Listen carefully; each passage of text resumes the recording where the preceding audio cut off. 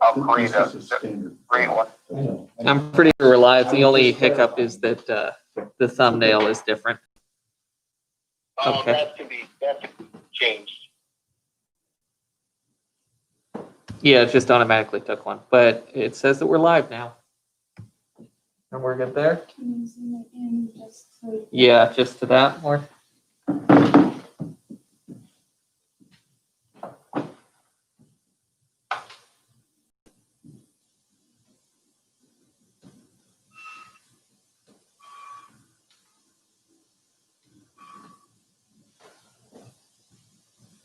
Okay.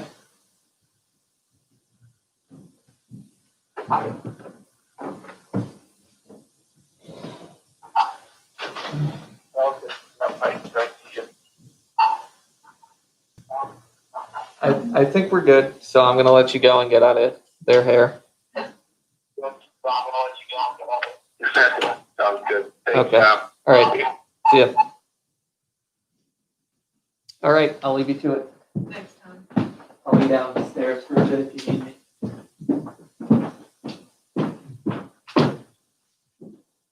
I'd like to call to order the Thursday, July 2nd, meeting of the County Zoning Board of Appeals. Would you call the roll, please? Bruce Forster. Here. Craig Burrow. Here. Mike Pratt. Here. Gene Bolte. Here. Glenn Hughes. Here. Rex Meyer is not present. Next thing on the agenda, we don't have all of the minutes from the previous meetings, but we have some of them. Can I hear a motion to approve the June 4th, 8th, 9th, 9th and 10th minutes? So moved. We have a motion, and Gene seconds. All in favor, say aye. Aye. All opposed? Motion carries.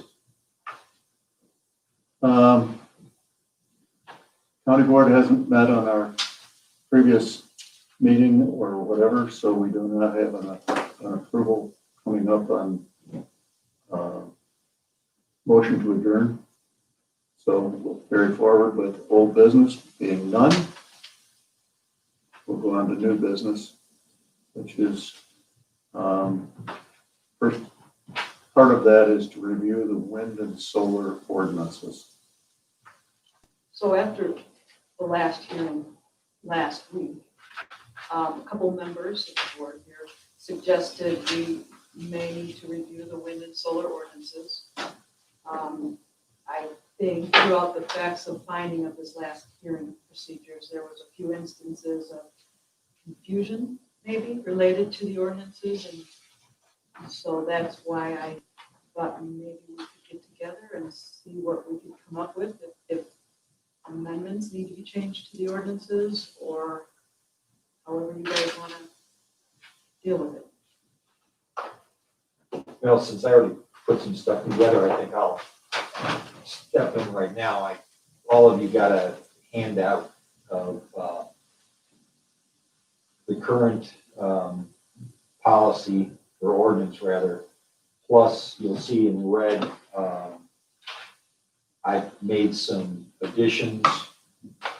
There's probably only one strikeout in here, and that's into the setback requirements.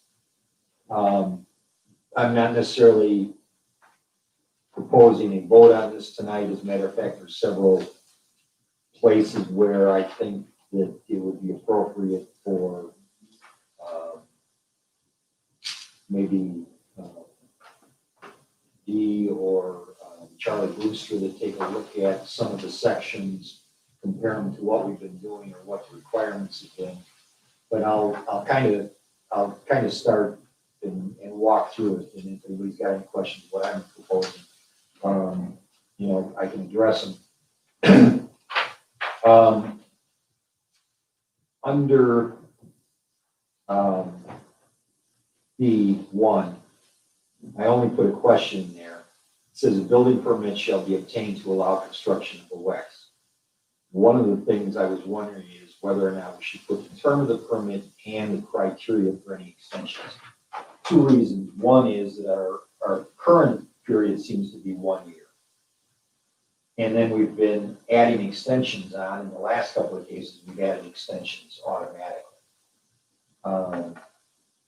I'm not sure that we shouldn't, at least for, even if our standard building permit is 1 year, maybe for the WEX and solar, larger projects like that, maybe instead of throwing in these extensions or these waivers right away, we ought to take a look at, on something like this, maybe doing a 2 year. And then instead of dealing with waivers right away, to extend it longer, because this last one went 3 years and half. To me, since we're asking for, what's the right terminology? Basically substantial, basically they've started the project. What's the word? Being substantially on the. Yeah. Yeah. Substantially under construction.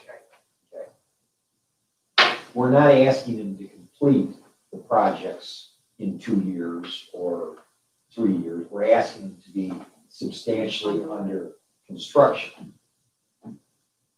One of the concerns that I've had objections at going out 3 years at the last couple of WIN meetings is that if it's taking them longer, we don't have to make it a complicated process. All they've got to do is apply for an extension and come to us and explain why they need the extension. It might only be, I'm not looking at having a 3, 4, 5 meeting type of thing, or even a whole. I think if they're applying for an extension and they've got a legitimate reason, we should be able to deal with it in a half an hour. And, so I would rather know why things are bogged down than just let it go for 3 years wondering what the hell's going on. So I thought that, And I think our finance and county board would like to know that also. so, Have you ran that past the state's attorney? Because if we give them 1 year and then they come back and want an extension, do we have to notify all the adjoining landowners?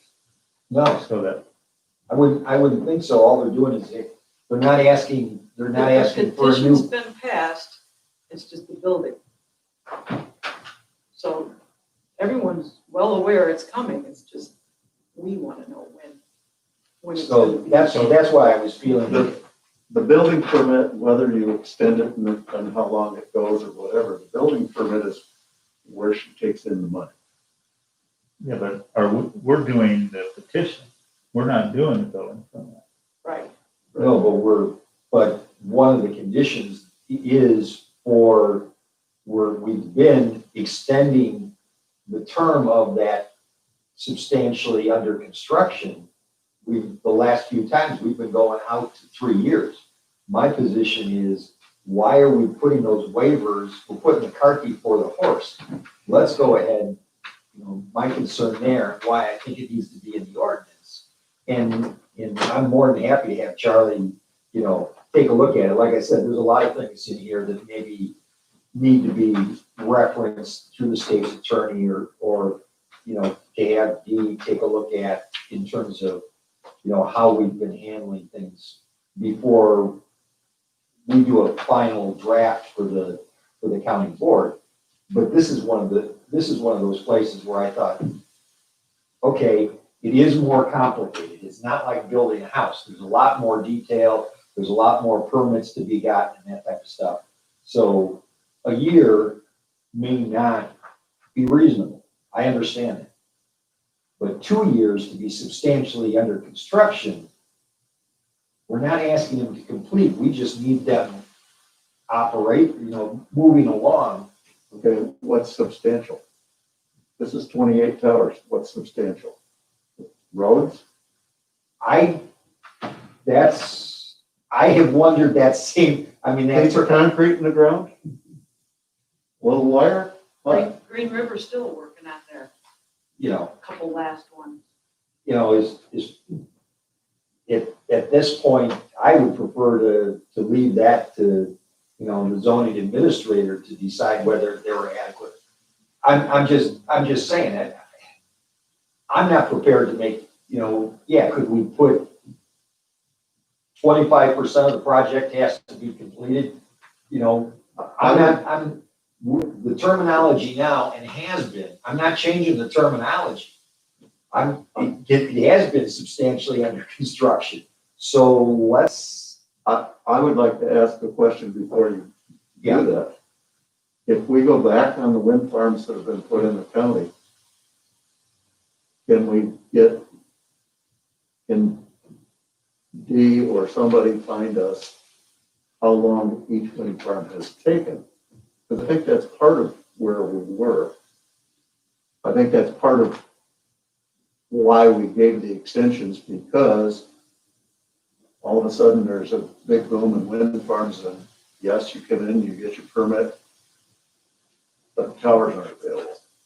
Can't buy them until next year. No different than farm equipment when the price of corn goes up to $7. And that's the kind of thing. And then like this last one, obviously we didn't have any true objectors like what we've had before. And then the last one we did, we ended up with potential lawsuits all the way through and everything else. And that, but that's why I say, let's find out what the delay is. If we put it at 2 year, knowing that it's not like building a house or building a commercial building there. It's a larger project. If that condition is at 2 years, and then they've got to come back to us for an extension, all the extension does is tell us Affirming that what the they reason. are still moving forward. Yeah, what the reason for the delay is, and whether if it's simply the this is not a, the equipment's- COVID-19, we can't right. get a, But I'm just saying, if we went and looked back and say what the average build time of all of the ones that have been put in the county, are they 2 years? Are they 3 years? If they're closer to 3 years, then you look at it and say, that's reasonable. But I don't need the build time. The build time, I want to know why they're not moving forward. And if, and again, I get back to the difference between completion or operational and substantially underway. And there's a big difference between those two. And if we're looking at the history of how long it was operational, that's really not the relevant factor. Now, we may want, for our own curiosity, to know that once they're substantially underway, how long it takes them to complete how many. But I don't care about that. That's for D or somebody else to monitor on the progress on that construction. I want to put I think in our ordinance, we need to put a criteria in there that makes the exception up first, because we know it takes longer. So we build that into the ordinance to give it more than a year's term. But secondly, we require them to at least come back to us, and whether it takes 5 minutes or a half an hour, it's not going to be a whole night's meeting. It's going to be, maybe Courtney comes in and says, well, here's the issue. And she may have the project manager with her to explain more of the detail. And if that seems reasonable. Now, if they tell us, well, we've been working over in Pennsylvania and Ohio, and wait a minute, you've got a commitment to us. we just sold our company to another. Well, look at how many of them came in and got the zoning and then turned around and sold the project to somebody else. Yeah. So I'd like to know some of these things. And, again, staying at a year and then asking for extensions, I understand how that could be unreasonable. But putting it out 3 years to me, especially with the timelines that they're putting together, like this last one is effectively about an 18-month timeline to operations, to completion. Not to unsubstantially underway, it's to completion. Yeah. So how is 2 years just to be substantially underway, inconvenient for them when their own timeline puts them as completed in 18 months? But again, it's an art, there's a philosophical thing, but whether we do it as 3 years or 2 years or 1 year, let's get it in the ordinance instead of making waivers or exceptions to it on the front side. Let's codify it so that we know why it's doing it. Where's the 1 year coming from? Building permit. That's, yeah, Normal building permit or anything. Or building permit 1 year, come back in 2, ask a request for an extension, and anything over 2 years, you're gonna start paying. and that's, like I said, that's up to you and maybe Charlie to look at a little bit more. So of the that would be more on the building permit fees. It wouldn't have to change the ordinance. But I think some of that should be reflected in the ordinance to, It could be reflected right on the building permit fee. that's fine It could be too. that easy. Yeah. I mean, that's what, I've got a big question mark. I'm just wondering if that doesn't belong here. If you put a fee on, then you better have some criteria on how to, when you're gonna start charging that fee. What And caused, what is substantially? right, underway? yeah. And, Define. and I agree with you totally, but I can't see us sitting here some night saying, well, you haven't proven to us that you're still doing this, we're gonna take the petition away. I just can't see us ever getting to that point that, we could do that. I agree that we should have some knowledge, but it's hard to put teeth into the opposite side of that. Well, but the fact is, if you just let it go, you don't even have the opportunity to gum it. We've never had anybody come back after 3 years, have we, and say, well, I need an extension. I'm not sure. But I don't- Maybe we did that at the start, we might have had one. The beginning CSG, I think, was the one that kept coming back, but I'm not sure the whole time.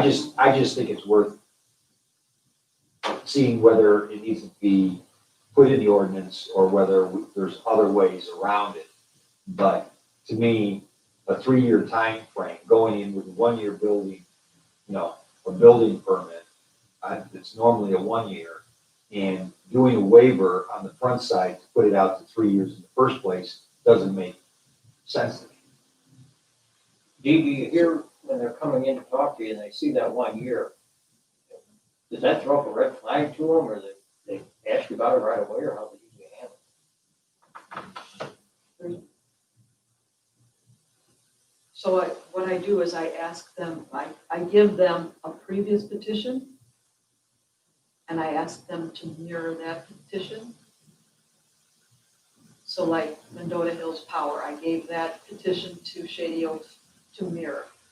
And right in Mendota Hills Repower, it states after 2 years or 3 years of substantially being underway. So that verbiage was in the prior petition, so that's why they used it in their petition for Shady Oaks too. That's my argument there. Nothing on the, shall be obtained from the zoning office, no big deal.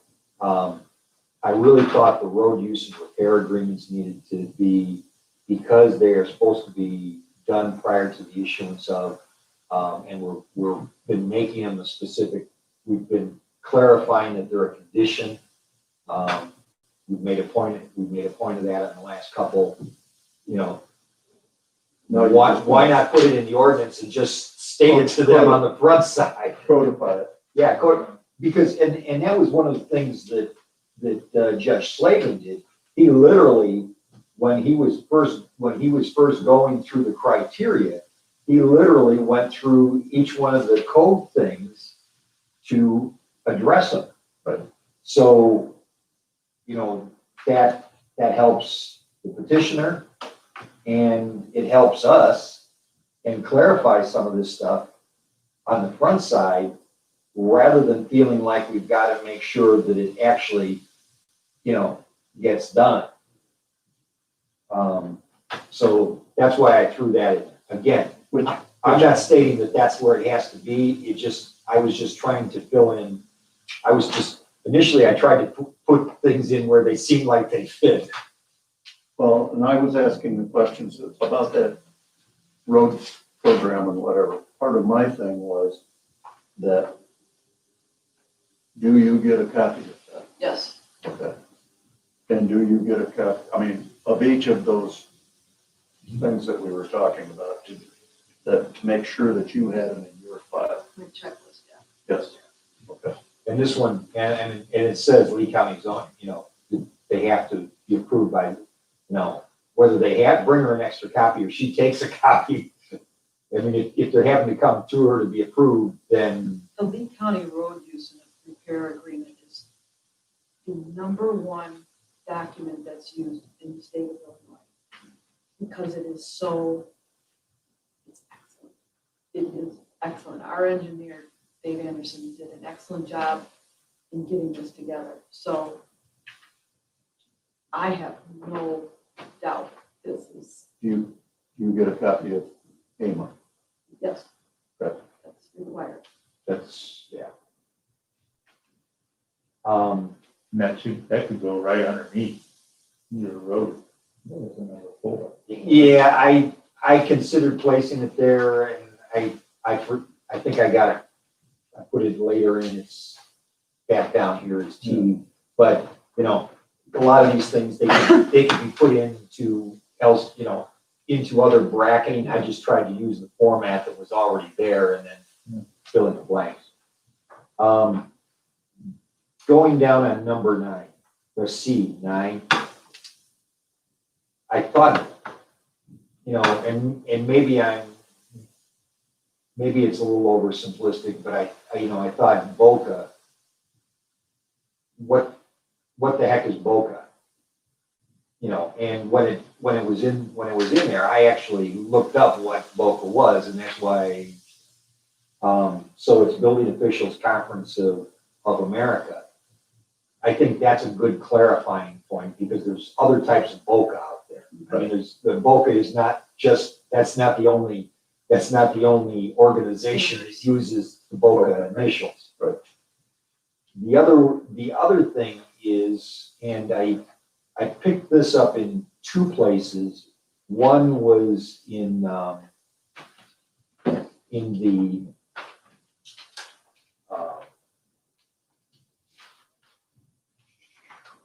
excuse me, I got too many things. One was in the application from Shady Oaks, referencing the international code, and also Rick Ketchum on the conditions, number 3, references the international code. So I didn't know whether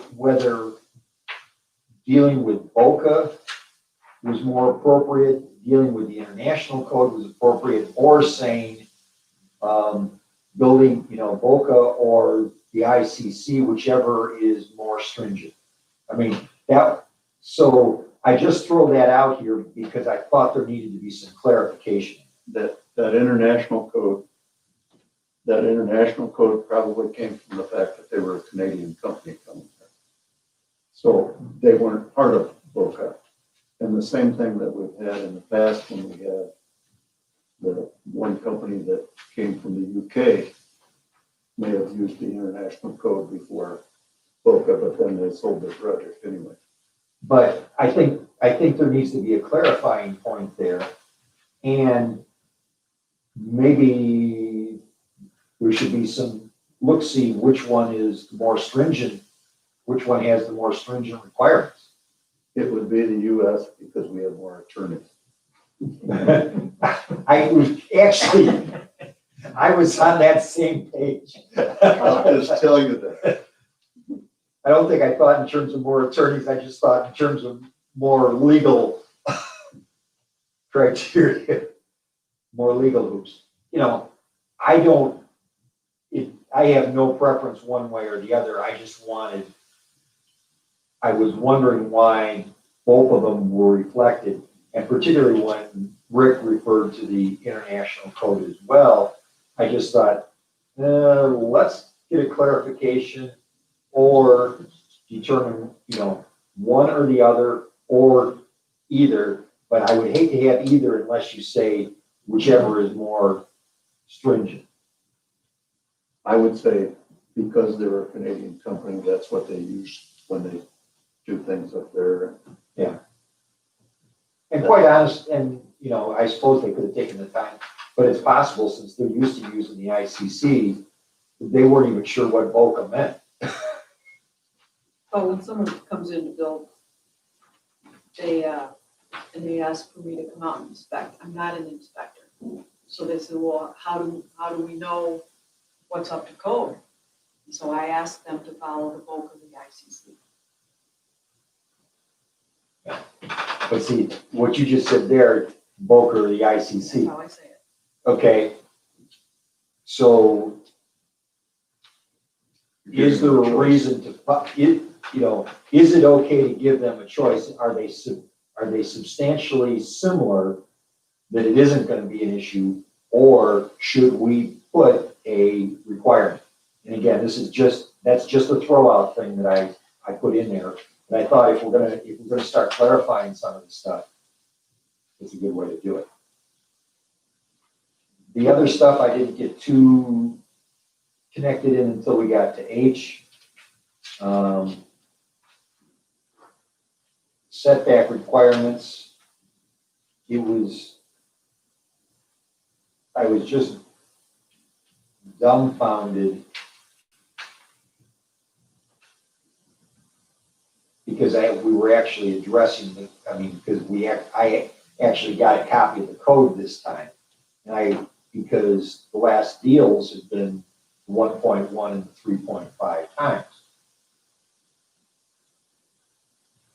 When I saw that the only requirement in here we had was for setbacks was 350 feet of any property line and go dedicated roadway, I'm going, what?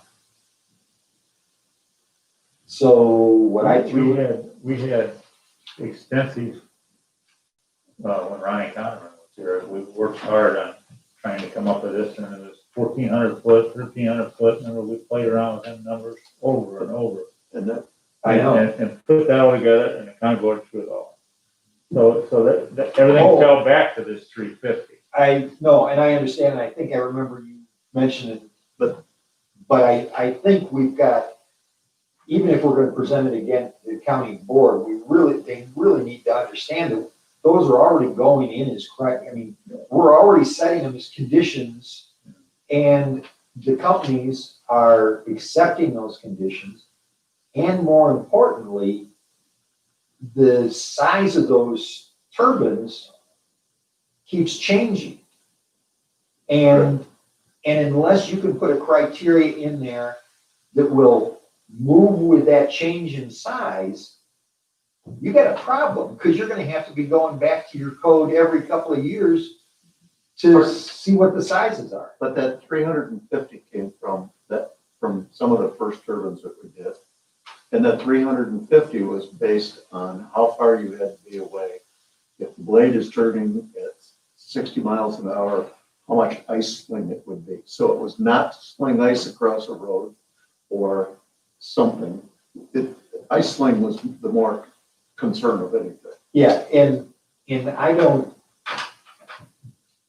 deny that there was a legitimate basis for the size initially. I'm just saying that we're no longer. We're not playing with a 300 or 400 foot tower. Yeah, We're playing with a 600 foot tower. And in the ocean, they're putting 800 foot towers up. Well, we tried the multiplier too back then, and the county just, the county board just didn't want to restrict anybody. They didn't want to turn them away. So now I think this would pass now, you're suggesting here. I think they've come to the realization this is what we're doing anyhow. I agree. But back then, we didn't know, they didn't know what was gonna flow, and they didn't wanna chase anybody out of town. Yeah, that's, So, no, these are fine. because actually, these start coming into play when you're, you know, these are again dealing with safety issues. Right. I mean, the 1.1 is basically if that tower comes over for whatever reason, it's not gonna hit that roadway. It's not gonna hit that transmission line. You know, the 3.5 times effectively, you're putting enough distance between that, particularly on non-participating people, that they have a reasonable buffer from that tower, or that turbine.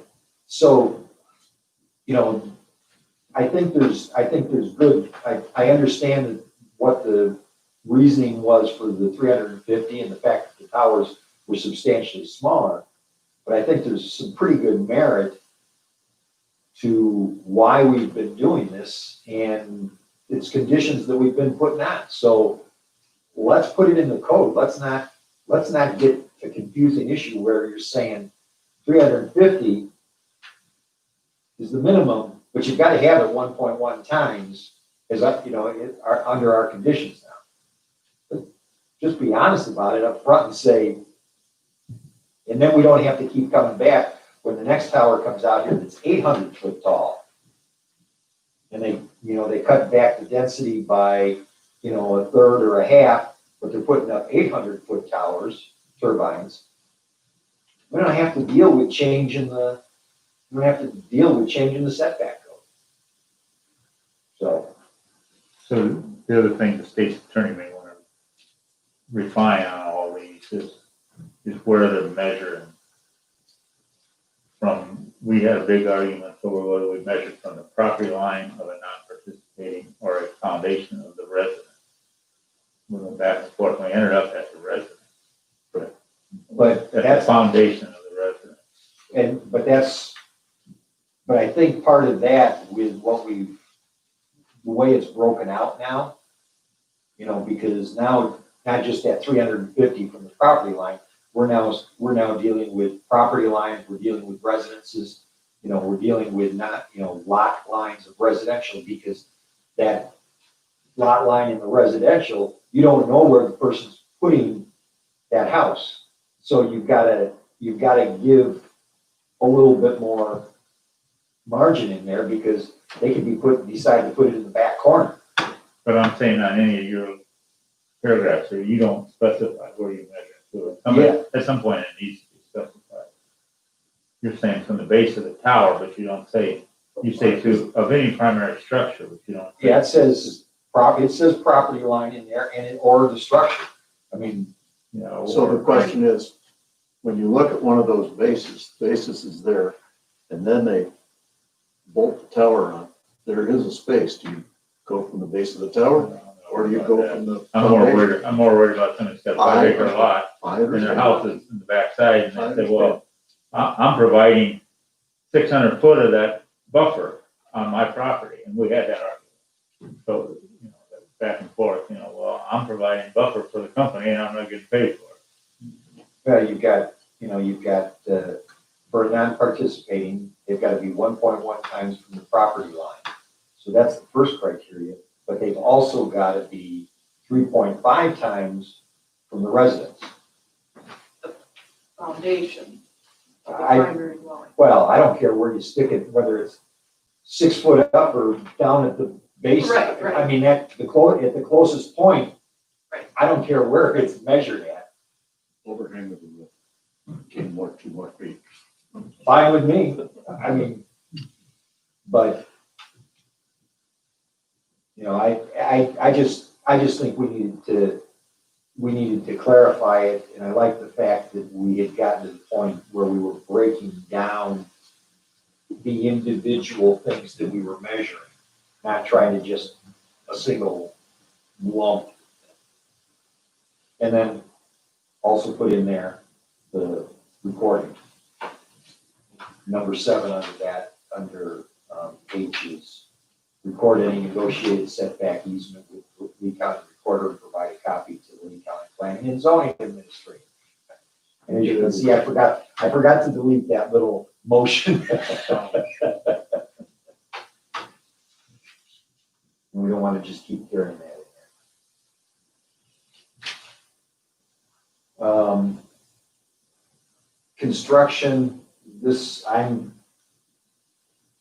I have put a few things under construction, partly because there's things that have been coming up in the applications that aren't even addressed, but I think are probably, have some legitimate bearing. And maybe there are things that you have with building code that, that we're not seeing in the ordinance itself. So maybe it's not a code, but, construction, it's the application that came in the last couple of ads, 6 o'clock to 9 o'clock. With some of that equipment, if you're within a quarter of a mile, I'm not sure 6 to 9 is fair to some of those neighbors. I think 7 to 8 is sufficient.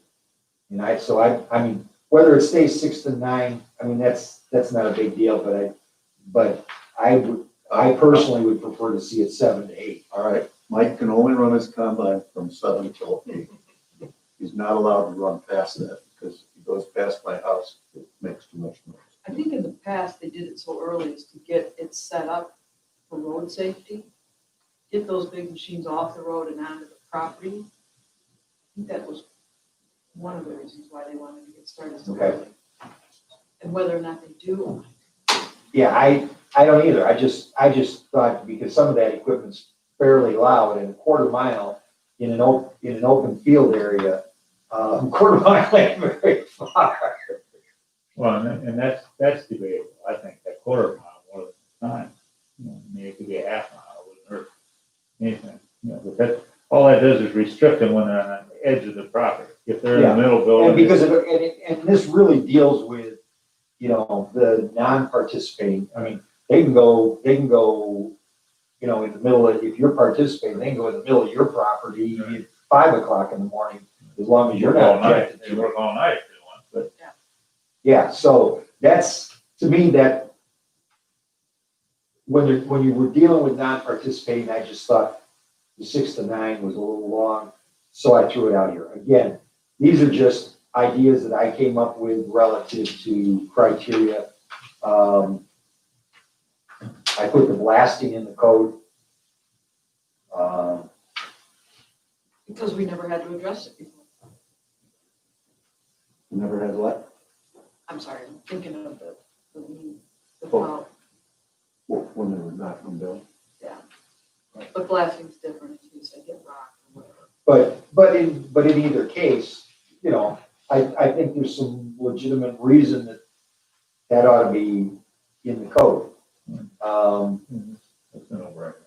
A couple of clarifications, because again, you're getting, in the application, you're getting a plan for, how's it worded? Stormwater pollution prevention plan, and there's always the drainage issue, that comes in a couple of places. But it's not even addressed in the ordinance. So, 2 and 3 establish and accepted best, engineering best management practices to manage stormwater, siltation, and erosion during construction. And then any damage done to drainage tiles are to be repaired within 10 working days, and to ditches and road. I'm using the same criteria that we used as conditions. But I thought that You just want to codify it rather than have to think of them each time. shadow flicker analysis, noise impact, communication interference analysis, those are all part of things that you're requiring in the application, but there's no criteria in there. In the code. So, and I think, again, Rick put some stuff in his, but it's my understanding that what Rick proposed as conditions never got added, you know, none of that's ever been in the code, so I tried to take some of the stuff that he had, some of the stuff, and most of the stuff we've been using is overlapped in one way or the other. So I was trying to deal with his and the stuff that we've been doing, but some of that stuff, I think, and again, maybe it's Charlie, or quite honestly, Shady Oaks. The applications we've got from them have been pretty thorough, and they seem to have taken. I mean, they've probably done enough of them and had to deal with restrictions in enough places that they put that in. But I mean, actually, some of the stuff I didn't fill out because It's because Chris Hinkle was their liaison. And he was in their ear telling them what you guys are gonna wanna see. and And that's that helped, it really helped. and that's great because, you know, they're addressing things that That aren't in the ordinance. aren't relevant, that aren't relevant in the ordinance. You know, and it's good that Chris kept on it, and, you know, and the checklist got put together in one way or the other. But let's put some criteria, you know, let's include that in our codes, and some criteria that we expect with that, what we expect to see. But I wasn't prepared to start answering that. So, okay. Do you really want to start making amendments to the ordinance? Or do you want to list everything that you want added?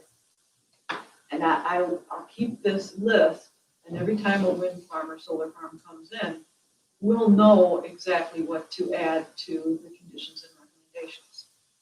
I think because all of them are hiring a local attorney.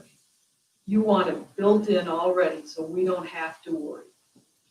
Why not? Yep. What's the negative of that? I'm just throwing it out there. I mean, it's just like some of the stuff that's to be done before the building permit or with the application for, you know, petition for spec, you know, there should be some you know, let's put them in there and make sure we're clarifying when those are due. And like I said, I was trying to come up with areas that I thought needed to be added to the code. I mean, I tried to put in some wording as well, as you can see, but other parts of it were just a matter of, like these, that I thought it may be better if Charlie looks at it or you look at it, or, you know, and kind of, or take Shady Oaks's and kind of take from what they've been formatting, or what they've kind of built in, or their attorneys built in, based on what Chris has been on them about, and let's build it into the code, so that there's some consistency going down the line. Now, with as many as we've got right now, how many more wind farms are gonna go in the next 5 years? How many will be recommissioned? Well, there's the other side, of it. Because that's where I mean, we've already had the one, two, yes. okay, two. So, I stuck, let's see, Illinois Department of Natural Resources and U.S. Fish and Wildlife Protected Area Review. Again, that's one of them. That's part of the application. You know, some of the stuff that we're wanting with Lee County, it's in the application. Lee County Soil and Water Conservation District review. You know, that's something that may end up, you know, might go into that same, you know, in that same category that you could put in. But that was just another area I came up with. Then I put in the AMA under T. I've got the AMA impacts, or the agricultural impacts mitigation agreement addressed in there. Decommissioning, I just put some categories that we need. I mean, again, some of that, or a good chunk of that, is already spelled out in the way that it's being done. I just thought that not having decommissioning in our code, Actually, decommissioning never even came up in this one, in Shady Oaks. I know, well, I went through it and it was pretty well spelled out. Right, but I'm just saying, we never used it as a condition on anything that we did. It was, You see, the reason that didn't make it into the ordinance is I think we've finally come down to it was the landowner's responsibility to decommission, not the county. So we never even, the county board wouldn't even consider it, I don't think. I think it got left out on purpose. Because we had lots of discussions about all this stuff. Oh, I know. well, and you see one of the items one of the items under the decommissioning is enforcement of decommissioning when required, who responsible. And when required, some of the triggering factors, those, Shady Oaks is spelled them out. There were some, I know there were some discussions we had about, when is it necessary to, or, what's the criteria for decommissioning? Again, it's something that's in the Shady Oaks is fairly well spelled out. I don't know if it's sufficient or if we want it more rigid, we want it more, again, goes back to Charlie or, what we want as triggers. I know under the solar, even the Farm Bureau addresses, talks about addressing that issue. And we do have in the solar, the decommissioning is already part of the solar. AMO, Well, no, decommissioning. in our solar ordinance. Yeah, in the solar ordinance, but it's not even addressed in the wind.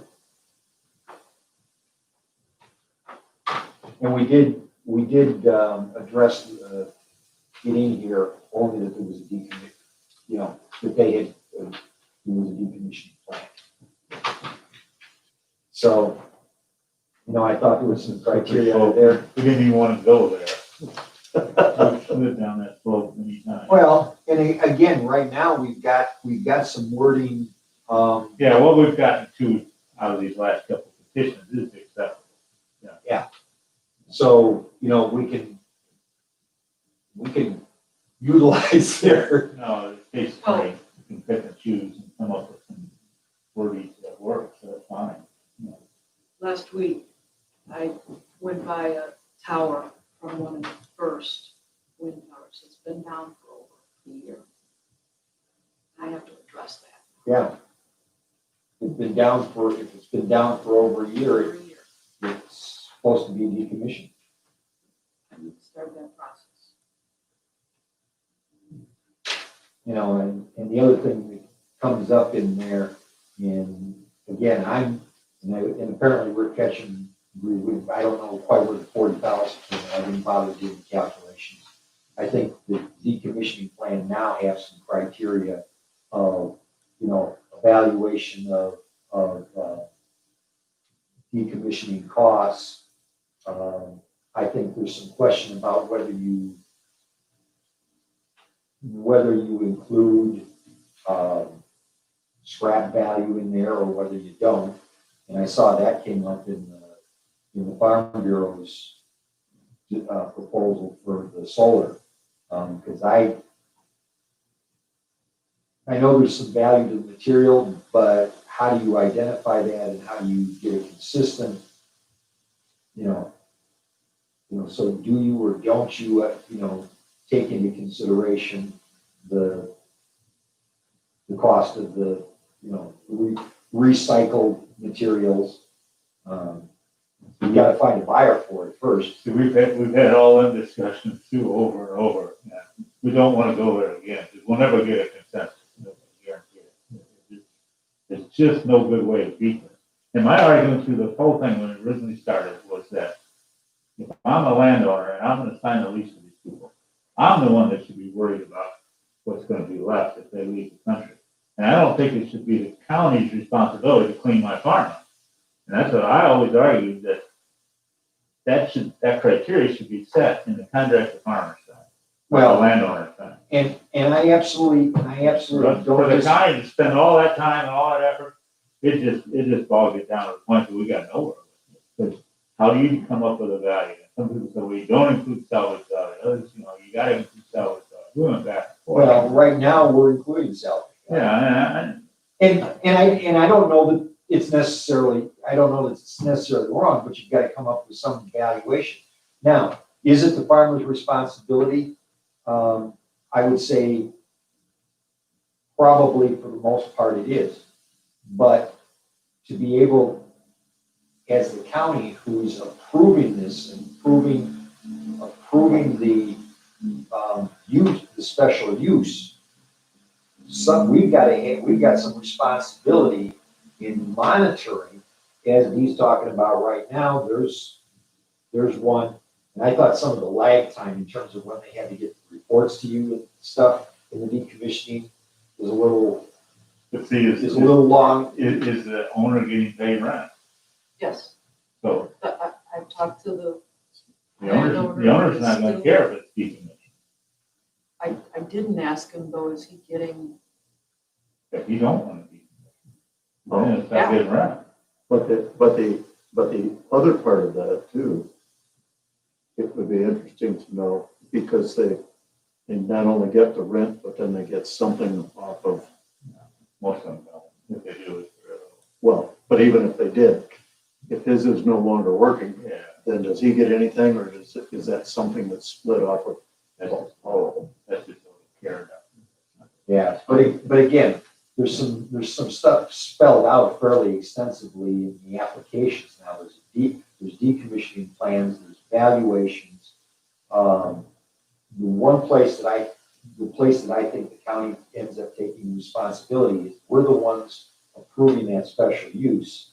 And therefore, we should have some responsibility for monitoring whether that turbine needs, or that whole project needs to be decommissioned. Now, the other place we have responsibility is it's a little difficult, it would be pretty difficult for us to monitor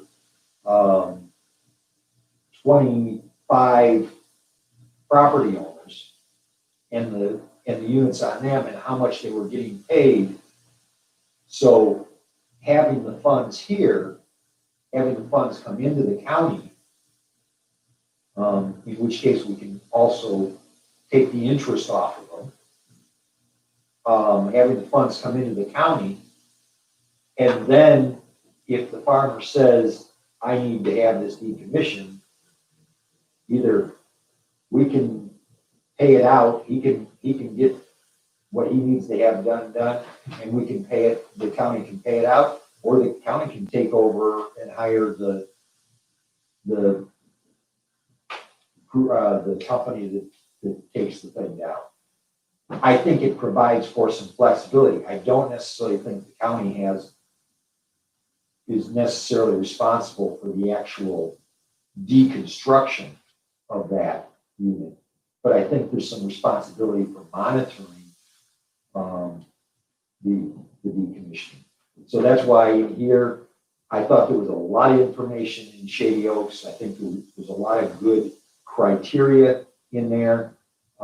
Again, it could be a matter of us just pulling out what we've already been approving for the last few, last 3-4 wind farms anyways.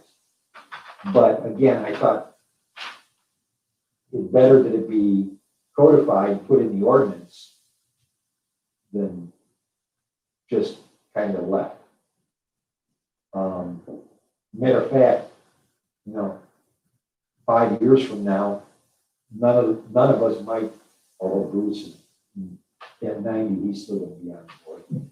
I'm only halfway to 143, so I've got time. But, 5 years from now, there could be nobody on this zoning board that has the history. There's nothing wrong with putting something in there. I mean, like you said, the last couple petitions have been done well enough. But the other thing that I always make sure is in there is that there's a decommissioning plan in every farmer's lease. I always figure that needs to be. Yep. I still don't think the county has any business decommissioning. People want to get money now.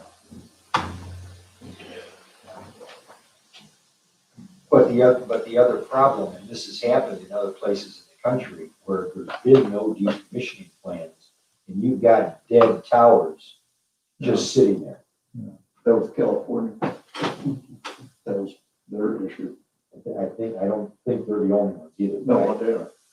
But there are other places in this country where decommissioning was not addressed, was left up to the landowner, and there's a bunch of dead towers sitting out there. And how much pollution they may generate with the hydraulics and oils and stuff, what might be running down those towers, I don't know.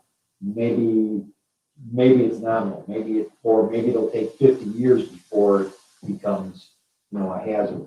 But I think we really make a mistake in not requiring the decommissioning. And in that case, then that also sets the criteria for, the aim of bringing the property back to farmable, going down 6 feet, Removing concrete down to Yeah. 6 feet. yeah. Those types of things, those need to be addressed, and those are important for the agricultural land and for the county as a whole. I sure as hell don't want to be, looking at rusting towers, 20, 30 years from now. Hopefully I'm still alive for years. But these are just the areas that I brought up that I thought. Decommissioning is definitely an argument point for interested parties. That's one of the major arguments. Exactly. And if it's in the code, you take a good chunk of the argument away.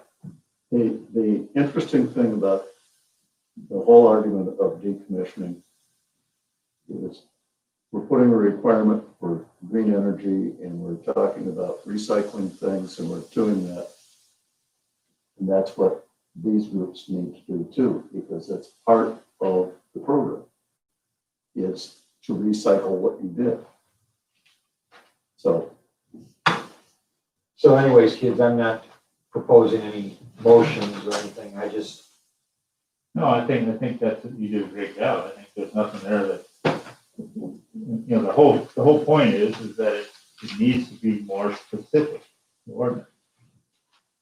And like I say, we tried to do that one other time and they went right back to this basic thing, and that's not acceptable. It never has been. No. So no, if you can, the state's attorney's got to do it, and we've never had a state's attorney that's had time to tackle this issue. That's part of the problem. We've just never had one that's taken the time to do this. If you can get him to do it, that would be great.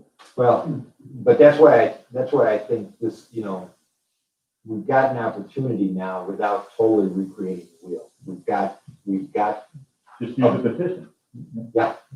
No, they've done it for us. We may not have Chris work on it. Right.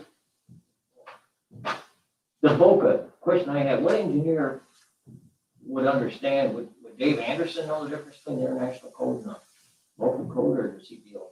almost every engineer will be able to look up codes and tell you exactly what they are. I think wind load is involved.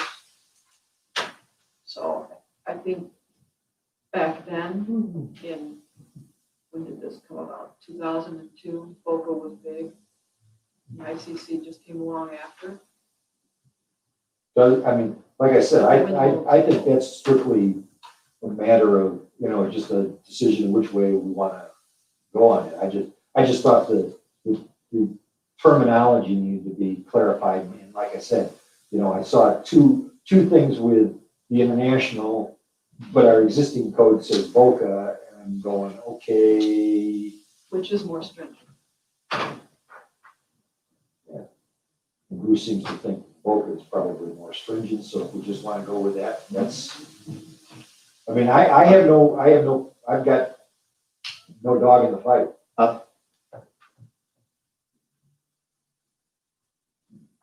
I have issues between international codes and US codes all the time. Oh, I know you deal with that. Well, simple example is, the American Mechanical Engineer Group talks about safety factors. So in our business, things below the hook are supposed to be, or at the hook, are supposed to be, have a 5-to-1 safety factor. But if you go over to Europe, CE says it's 3.5-to-1. Well, we don't regulate 3.5-to-1 and 5-to-1. So our engineers say it has to be 5-to-1 if you build it in the United States. They build it in Europe, ship it here, and nobody says anything about it. And we've had every supplier of all kinds of things move to Europe, move to China, build them at 3.5-to-1 under a CE regulation and ship them back. And we don't do anything about it in the United States. We have product that company was going out of business in the UK, and we had a UK company in the United States that said, can you build this? Our beam trolleys. Yeah, you know about this. And the first thing we did was we took it to our engineers and said, does this work? And they go, no. You have to thicken this, you have to make this bigger, you have to do this, because if you build it in the United States, it's got to be a 5-to-1 safety factor. But it was built in Europe and they ship them over here all the time. And nobody ever does anything about it. I haven't written to Trump about that. I was gonna answer this, but yeah, that's right. Good point. That'll stop Europe right there.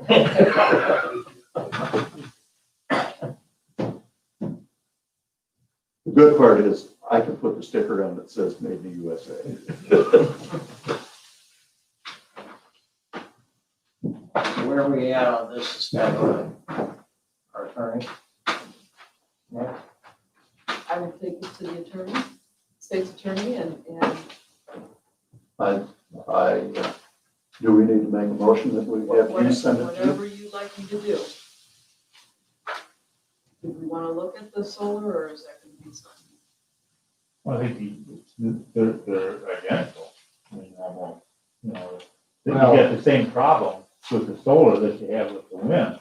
The Actually, problem the with, solar has more A more little more to it. bases covered. Yeah, but I mean, but the problem is if you try doing anything with solar now, with us having our next meeting, having a solar, nothing will be done before we go into that petition. The good part of doing the one with the wind power is we don't have a petition on the table, so it's not like we're trying to regulate somebody before they get their. Well, I know, I was considering that, but I think, and I'm just gonna throw some points out. And somebody, some of you guys might have seen some other things you want to address.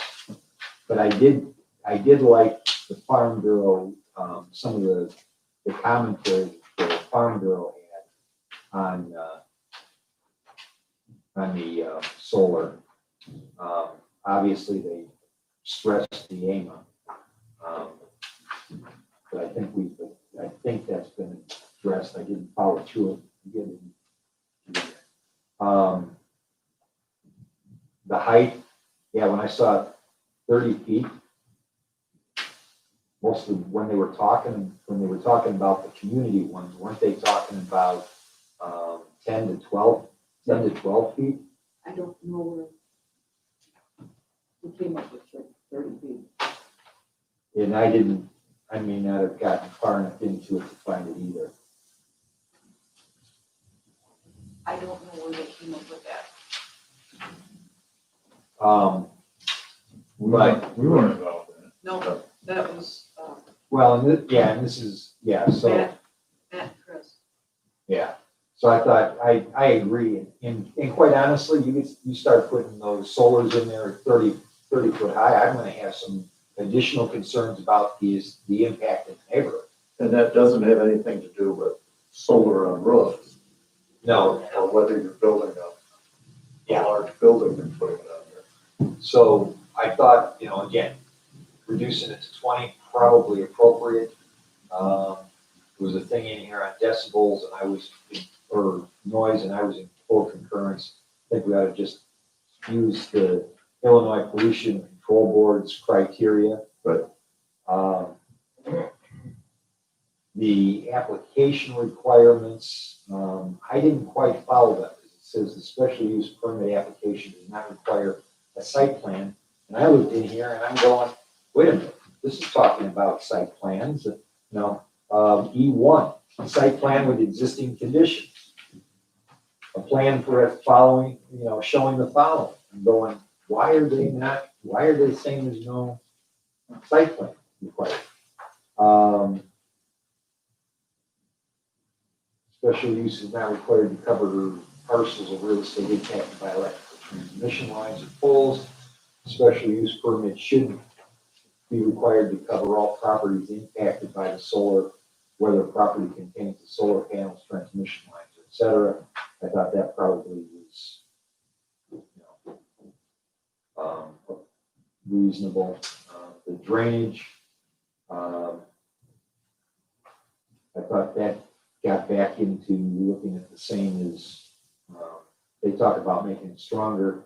My reflection there was we probably ought to be looking at some of the same criteria we did with the wind, 10 days to the tile as soon as possible, with ditches and other no later than 6 months, and definitely dealing with the requirements of Corps of Amos. So I think there's some points there. Decommissioning, again, some clarification there. Decommissioning plan costs they recommend to be determined by an independent engineer, which I agree. And I couldn't remember it and I didn't get that far into it in the wind, but I think it did it reference independent in Shady Oaks. But salvage value of solar panels or other items shall not be used to reduce the cost of the decommissioning plant. Financial security in the amount of not less than 125%, which I actually kind of like. Because I've been the advocate for cash escrow accounts rather than letters of credit or surety bonds. But they talk about your revocable letter of credit. I'm not sure that it's better than a surety bond, but I know that surety bonds can be written for a longer period. The letters of credit are usually annual with the changes of ownerships and that type of stuff. When do we get to call that? If this bank cancels the letter of credit because the ownership has changed, do we now enforce the letter of credit when it may simply be kind of a passing through something that's going to, catch up with itself? But then we still have this gap between that, potentially in that transition of 30, 60, 90, maybe 6 months. When we might not have that documentation. So that's why, to me, the cash, having an escrow account works. We've got the cash on hand. We can get the whole thing within 50, we require the whole thing within 50% of the time of the project, whether it's 20 years, we want it in 10, if it's 30 years, we want it in 15. And I don't mind this 125% either, especially if we're looking at a larger chunk coming on the front side. So I thought there was some merit to that. One thing, and I know I'm going to have an issue with it. Gets back into the setbacks again. And when we were dealing with the smaller community, so solars, we were dealing with 12 to 12 to 18 acres, or if they're doing a double, we might be dealing, with 32 acres or something like that. If we're dealing with a large solar farm, you're talking about a pretty good blanket of panels. And to me, a setback of 300 feet from the property line of a platted subdivision of residence, at least in a non-participating capacity, is totally insufficient. I was actually, my original thought was 400 yards. I'd be willing to go 300 yards, but not 300 feet. That just, to me, that's, setback of inverters and transformers shall be no less than 200 feet from a residence. That one, I'm not sure. I mean, I thought those were usually put in the middle of the farm. That's where the noise is. Isn't that where the transformers? yeah. And yeah, they're usually from what we saw in the community ones, they tended to be in, so, but, as Mike said, that's where the noise is. Now, we're looking at criteria, and it's already in the code, about dealing with noise levels. And that hum from those transformers, I don't know, is necessarily that big a deal. I don't know if the inverters are any louder than the standard transformer type of situation. But,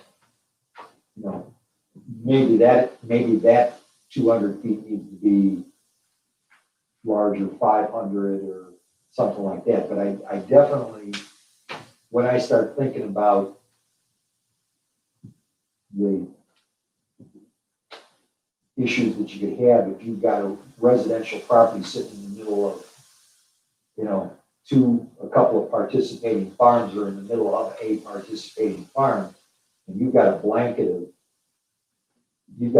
of solar panels out there. But see, the setback is only 50 foot. It's an ag, I know, that's, so really all that 300 foot is for a subdivision. well, or other residents. Yeah. That aren't in an ag district. Well, and I have a problem with that wording too. I went back to the same thing we're using with our wind farms, and that's non-participating. No. I think we have to provide the same consideration. So if we're not gonna change, we're thinking of not changing this. Well, And we I- have a solar coming up here. I know. next month, I, And we can't change the ordinance, how are you going to suggest? I don't know, but it may just be a condition for those parcels adjacent to non-participating that we have to put a condition on. I have a If question. it's in there I know, specifically, how can we? but again, this got written relative to the smaller community. Right. And didn't take into consideration So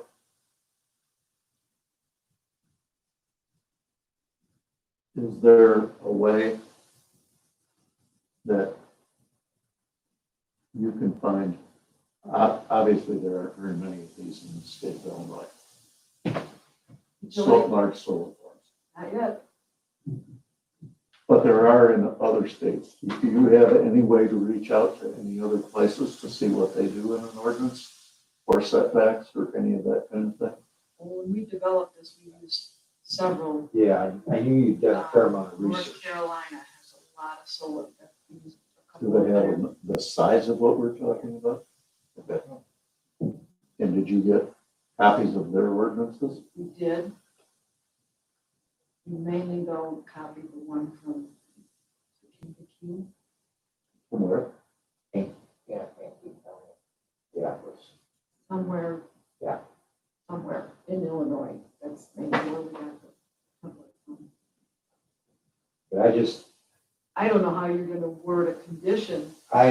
I don't either, but it's, you know, when you sent this and I saw that, and I'm going, oh, shit.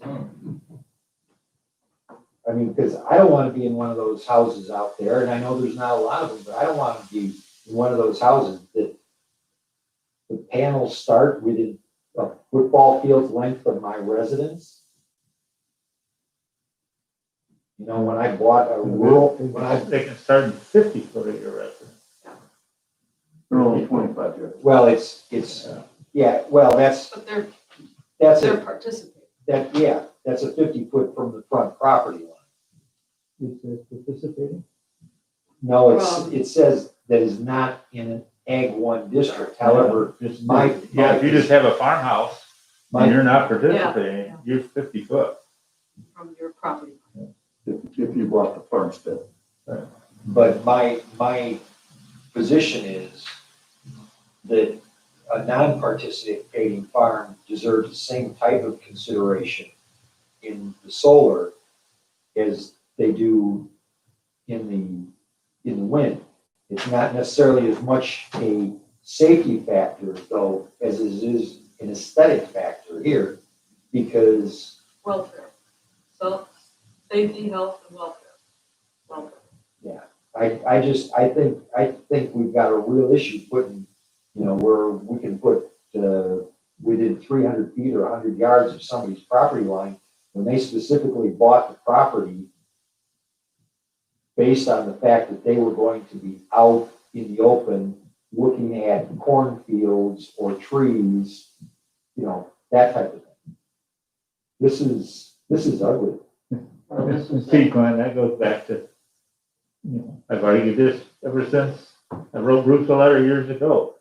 I bought that farm to get the highest return I can get off of it. And now you're taking that right away just because you bought that house next to it. See, that's the problem we have with the guy at Fall Plaza. I checked with one of the neighbors, that Jack, that wrote the, he had moved out from Chicago, and apparently nobody told him, you know, he was complaining about the windmills next door, had 2 acres.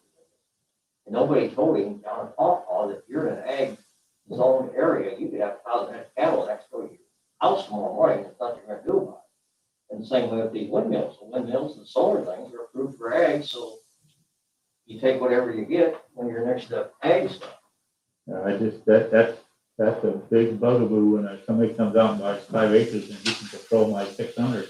And a hog confinement comes in. Well, There's nothing you can do about And it. that's always been the problem of people from the cities want to move out here. No, that's what I'm saying. And then all of a sudden, they're totally upset. And there are, But they can control my 600 acres and then 3 years from now sell their house and leave. Right. And that opportunity that was there is gone. Right. And that, Yeah, but they're we not- got a limit somehow. We They're can't not give all the controlling rights to your that. 600 acres. Sure they are, if they get setbacks the way they want. There's some criteria, some restrictions on, you know, If they get setbacks the way they want it, and that's, we But then gotta we- make sure we be careful on setbacks for that reason. well, and I understand that. By the same token, you believe then that it's your right to fully impair the basis by which they bought the property. I wasn't involved in that decision. well, Yeah, except that they bought it because of where they were at and what, you know, the aesthetics of it being away from things. And now your belief is, well, screw them. I can, doesn't matter to me what they're looking at. As long as I follow the setbacks, I don't think. that they Well, have and a that's right. the No, point I that I'm agree. making an I agree. argument. There has to be a balance in those setbacks.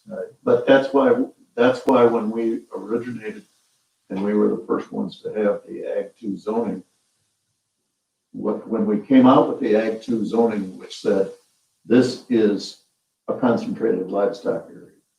And within this radius of it, buyer beware. Because people were coming out and it would be wintertime and the wind would be out of a different direction. All of a sudden, summertime, the wind is in the other direction. And they didn't know it, and then they were gonna sue the guy because it was detrimental or whatever. And that's why the Ag 2 zoning came in to begin with, for the concentrated livestock. And we did pass an ordinance in the 90s. But That the realtor is supposed to tell them this, when they sell property. Oh, is that it? Yeah. But, and the other thing with the livestock is there should be some common sense and natural assumption that the farming, whatever, whether it's livestock or whether it's, whether it's grain and you've got combines going at 1 o'clock in the morning, those are a natural part of it. Windmills and solar farms aren't necessarily a natural part of an agricultural. I mean, I understand, I've been in here enough, I understand the distinctions that we're making. I mean, Mike and I have fought enough against using, high productivity land to put into these solar farms. I think your arguments can start. Oh, I could put a grain bin up, a huge grain bin up, right at 15 feet from the property line. But a Am I right grain to look at bin, a grain bin but again, or a a solar grain bin bin? should be, could naturally be assumed to be part of the agricultural environment. Solar isn't going to automatically, somebody isn't going to have bought a property in the country and even had a solar farm probably come into their consideration. So when they went to the board with these setbacks, was there any discussion? I mean, I don't know how this come about either. I mean, it's, they must have never, nobody with your opinion spoke up, apparently. Yeah. They should have raised red flag. apparently. When was this passed? 2018, 2017, right before the community started coming. Yeah, remember Chris was talking to us about, and when 20 acres. you guys were doing, well, that's my point. We didn't give it a lot of consideration either Never because thought. we were looking at the maps of these things and where they were laying them out. And they weren't an issue with line of sight. The issue becomes when you all of a sudden say 1,200, 1,900, 4,000 acres. Yeah. Exactly. It would be, when is the solar farm on the east side? So we are going to be, petition is coming in August. No, I'm talking about the one we did last year. When is that actually being built? It is right now, It is right now. So over there in Paw and Franklin Grove is underway. I thought there was only one that had gotten approved in the lot or that got. no, you're talking about the community solar. I'm talking about the big solar farm that we Oh. approved last year. Yeah, Oh, The 700. they keep pushing that date back. We're talking spring now, start construction. Because it would be really nice if something like that was there, or we knew where there was one where we could actually go look at it and talk to people or whatever. Yeah. If you want, we could schedule a tour of Streeter. They have one right outside of Streeter, How big? a large one. I'm not sure. Drive ourselves. When I asked- Just go look at it on our own. When I asked the zoning That's what- officer from LaSalle, I asked, what is your major problem with that solar? Well, it's on the outskirts of Streeter. It's right next to a landfill. He said the biggest problem we have is the weeds growing up on the fence. No noise complaints. I don't know how many years it's been there. Can you get us a contact name Of that farm, sure. so we can go? Whether we want, No, we can go individually, can't we? we could go individually, we could go 2 or 3 at a time. Dee's gonna pay for your mileage. It would be just like a meeting, because it'd be 2 hours, but. We'd have to go in separate cars. What's For that? social distancing, we'd have to go in separate cars. Yeah. Well, you can't be more than 2 of us in a car anyways, because then we'd be in violation of the open meeting. That's right, that's right. But see, the setback deal, and as I told you, we've been negotiating on the other side. And the company was just shocked that they could do this within 15 foot of property line. So, and I was too, so we made them write in our lease that they have to build buffers, you have to put trees up. I mean, we try to protect the neighbors. So that could be a condition. Well, and that was the next place that's the next place I was gonna go, was, you know, dealing with the buffers, but also another thing that I thought warrants being put in there, because we're dealing with wildlife and environment and stuff, but, and I don't think this would happen, I think it would be possibly cost prohibitive, but I don't want them taking down 10 acres of woods to be able to put in, you know, a bunch of solars. I think that's too expensive for it. Well, that's what I said. I said it'd probably be cost prohibitive. But the other side of it is whether it's 10 acres or 1 acre or a strip that acts as a natural buffer, you know, I have, you know, you don't want them just taking that down. But now, we probably, because you get you're getting site plans and it includes waterways and woodlands and stuff like that. You know, if that conversation comes up, we can always address that and say, you know, one condition will be X will not be removed, or those in parcel such and such, you know, those woods cannot be removed as a condition. Or again, we get into the buffers and require them, you know, put tree or shrub plantings or something like that in there. I think right now that may be the only solution, but Yeah, I think that's the best solution, because, and I've told neighbors that have called me, you know, upset about this. And I said, what you guys need to do is be organized, come to zoning with what makes you happy, and make the company do it. That's zoning, because once you get past zoning, they won't do it. So for us to create stipulations that are too restrictive, I think the neighbors need to make them restrictions, you know, because everybody's going to have a different opinion. A different farm or a different solar farm is going to have different neighbors, and so to get too restrictive is wrong. But we need to listen to them when they come in and do what they want. Well, it's like shadow flicker control. When you give everybody $1,000 a year for 20 years, that the money made the difference. yeah, I didn't I mean, it was in Ketchum's, but that's not really something. No. I think there's some more wording that Shady Oaks is using in some of the efforts are more appropriate than giving somebody $1,000. I understand that. So that was not one of his that I had.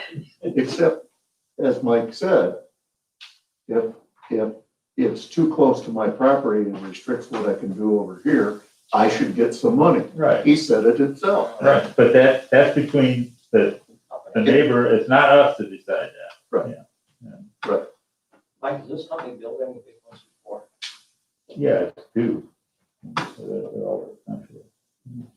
And then the final one that I looked at, and we did talk about the decommission. So the final one I did look at is number 10 under the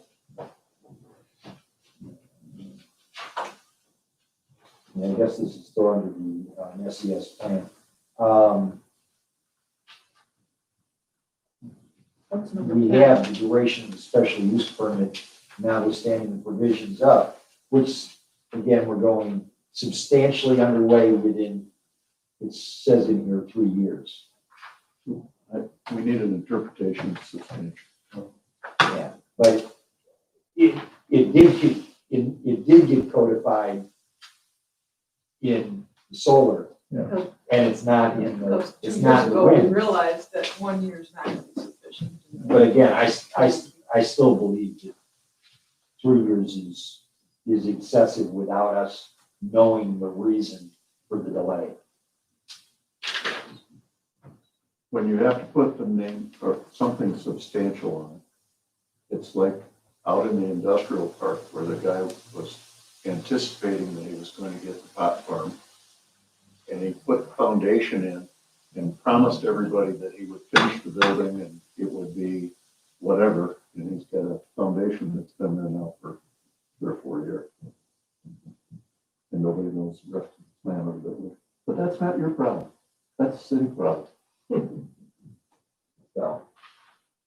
And just going through those, and I agree, and that's one of the things why I didn't spend a lot of time on the solar, because I didn't think there was any way where we could get a change into the code with the thing coming up, but I thought there were some points that were valid to at least discuss now and maybe. We'll all be aware of them Is when we're facing. Charlie gonna be at that one? People, Okay. So that will be the August meeting then? August meeting. So the question is, as we're going through that meeting, if we put terms, conditions, whatever, we can have Charlie looking at the other ones, because if the other ones don't apply right away, there's still an opportunity to codify something before another one shows up. You got Oh, one she's close got that, behind. she's got that look. Well, she's already given out information. I mean, they've got our code. I mean, anybody that's, Yeah, it's on our website. Okay, yeah, I don't know. I don't know how you break it. I don't know when you. Well, break it, you know. As long as somebody hasn't made the application, we can change, we could change that anytime up to the day before a person makes an application. They have to just take into consideration and it may delay them. And it is a 2-month period to get an ordinance change, just so you're aware. No, I'm not, I mean, it's not a fast process. no, and I'm not expecting that it is, but I'm just saying that it shouldn't, even if somebody's looking at what's on there now, they've still got to be looking at it up to the date that they actually make the application. And so us changing it, if they haven't made the application and we change it, that's their issue, not ours. Just like that last solar. A new solar was looking at our old solar that we approved in 2000, last spring, 2019. Our fees have changed, so they were taken aback about.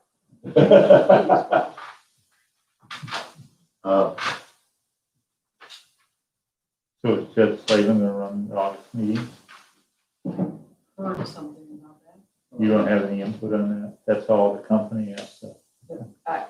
When the company asked, when I suggested a facilitator, they asked if I had anyone in mind, and I give both names that we've used. Like how many people roughly are involved in this one? Where are we looking at? Well, no, this one isn't mine. No. This is another one. Well, the one coming up in August is not yours? No. So, No. Oh, I thought it was yours coming up. No, there's a lot of activity out there. It's crazy. you want an update? Yeah. How big is it roughly? Okay, so can I get back to something? So a complaint came in about a landowner running a business from his property that was zoned ag.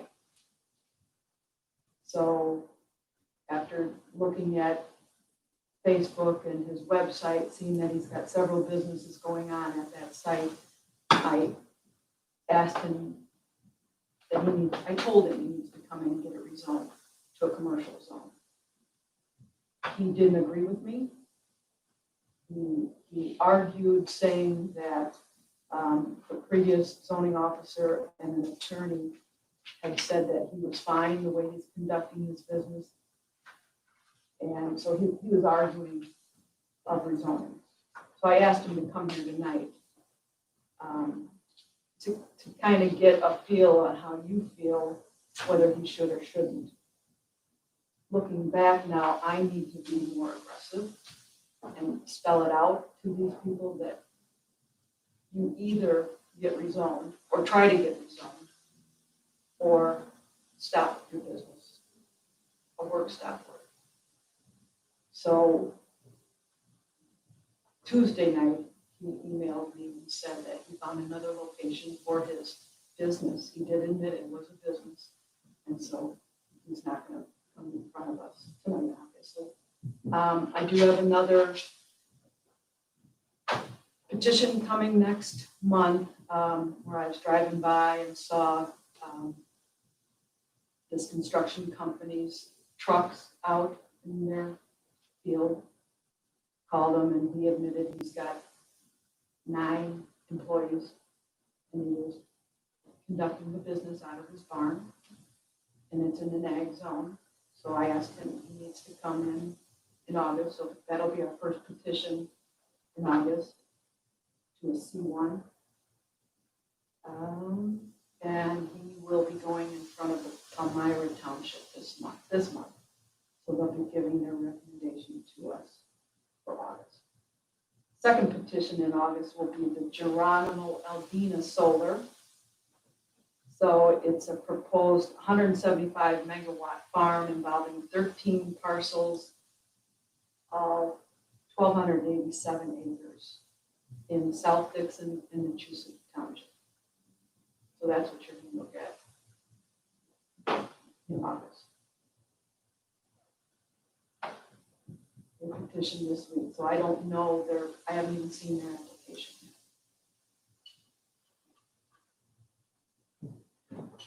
yet. Okay.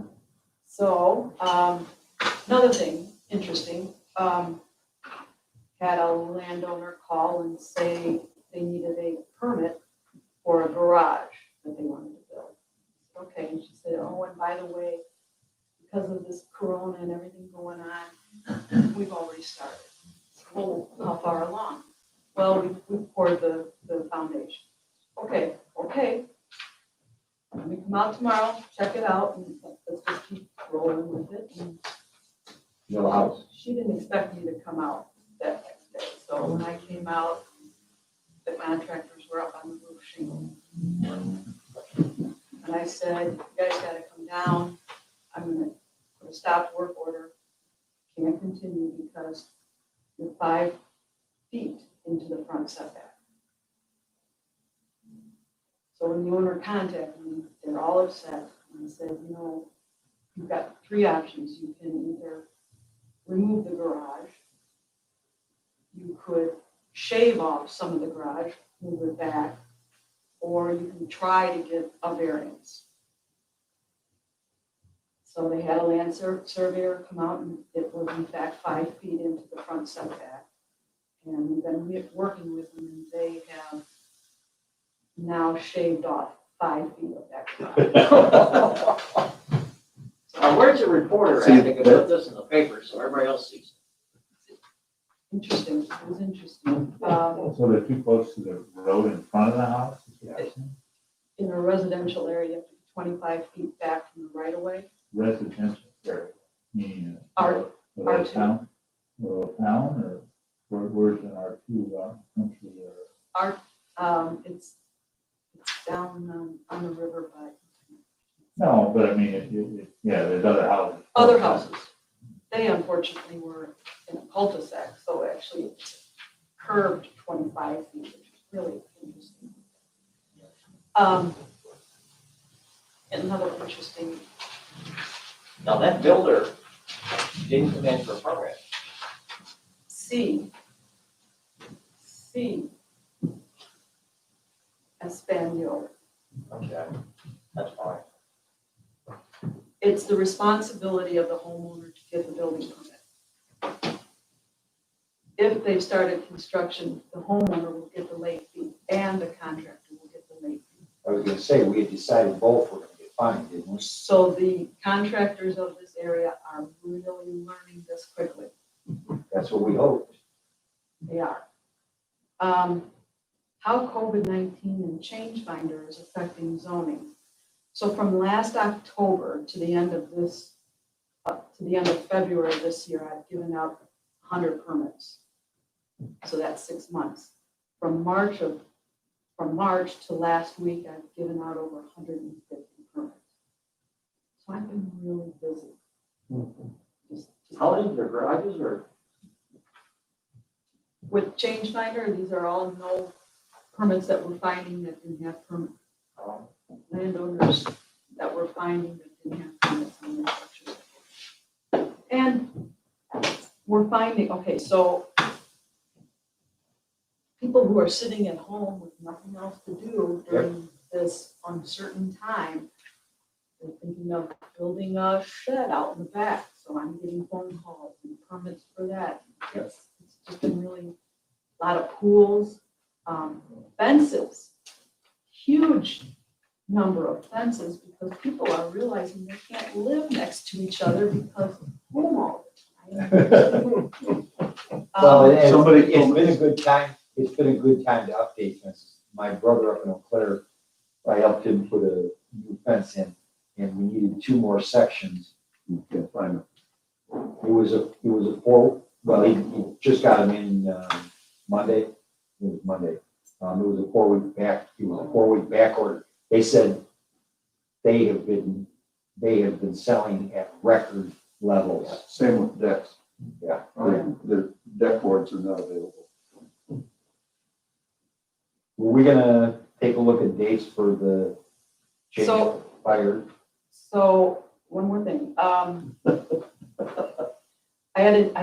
had an increase in telephone calls and emails from people and realtors inquiring about land uses and building new homes.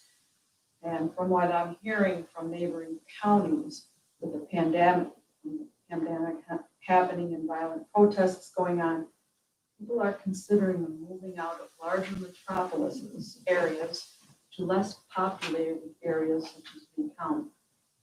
So they're coming from the east. And that's so that they can complain about that cattle feeder that starts to stink. Okay, And so then they want to run for county board and change the rules. From your boss. addressing the second item on the agenda, I've talked to the county board and Bruce about this change finder violations. And I've now reached over 70 that we have. And I told Bruce and the county board that I will not proceed to go after these violations without me getting another full-time position to help me. And so I refuse to do these violations. Running the numbers, 2-3 petitions a month, apart from the regular ZBA meetings, would mean over 2 extra years of extra hearings. And for me, that would be processing these petitions all month long, getting them prepared before you and the county board. And are you willing to sacrifice that much time? I don't agree. So 2 more years, we're gonna have another aerial flyover. We're not gonna be dealing with no permits anymore. There'll be a lot, I'm seeing my time will be a lot freer, and I'm gonna attack it then.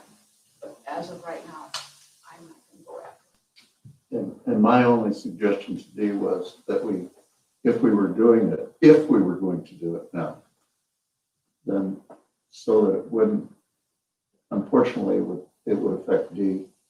It wouldn't affect all of us, but I suggested that we could do that on one separate night a month, aside from our regular meeting.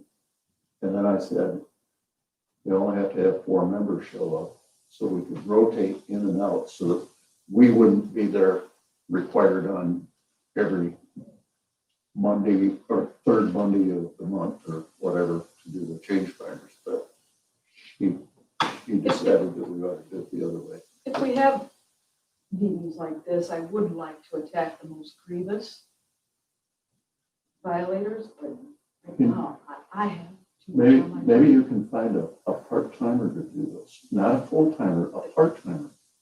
The county will not. The learning curve. I was I gonna- don't have time.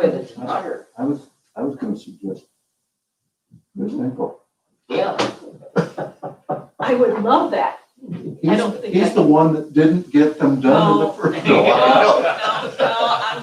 I want you, please, Don't tell your to dad. retract that, because I don't think that's fair. No, I don't think it's fair He either. was a one-man office, just I like know. me, and I don't think that's fair for you to say that. No, So do you think, just like the example you showed here tonight, that you turned it around? You know, you stopped them from becoming out of compliance on a couple of them. But, you know, and that was part of this, the plan of this whole change finder was to scare people.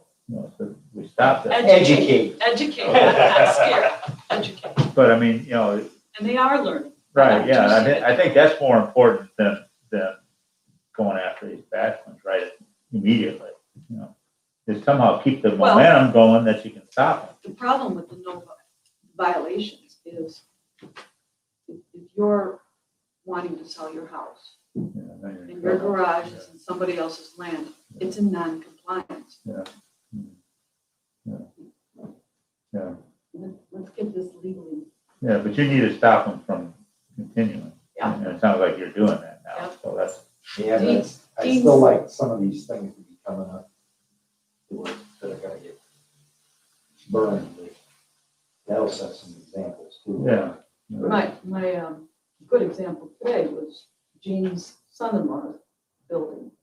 And their contractor was one of the first that I've approached and told him what to leave.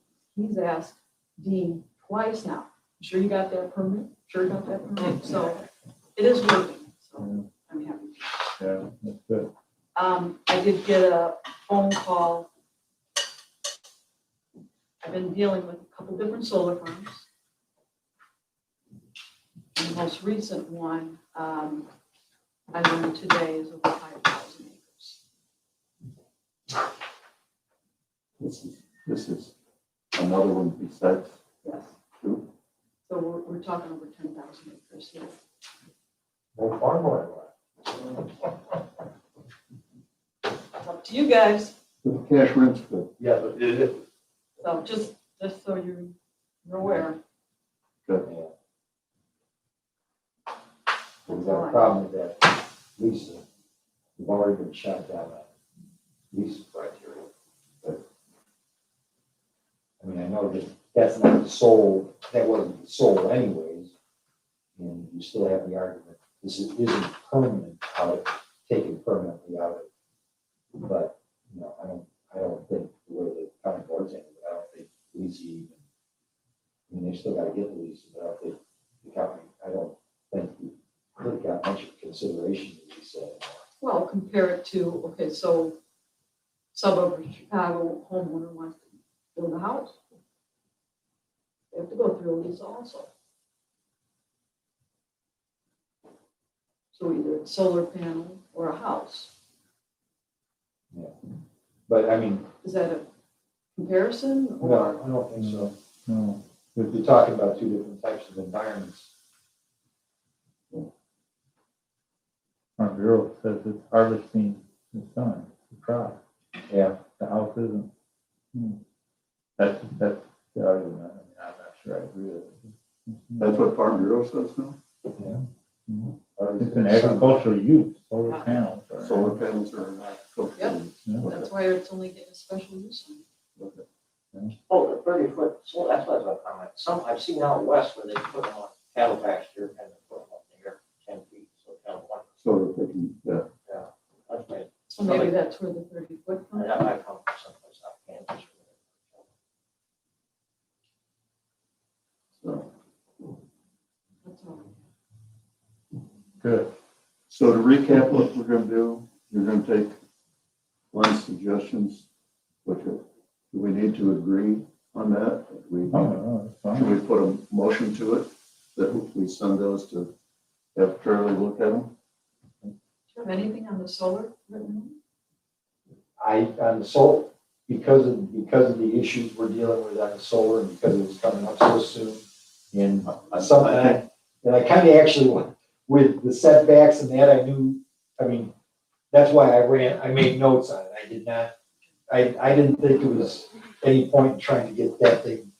Done now, but as far as the wind energy systems, we can have Charlie look at those and give us an answer on that, and The definition is substantially underway. Contact the solar farm industry. Yeah, and I think the only other thing, that we could look at in these conditions was some of the recommendations that the Farm Bureau, made on we can build in or expand on. Do you want to make a motion on that? No, So they know that we're, no, I think as Mike said, we're gonna have to take a lot of this stuff as it comes up. So.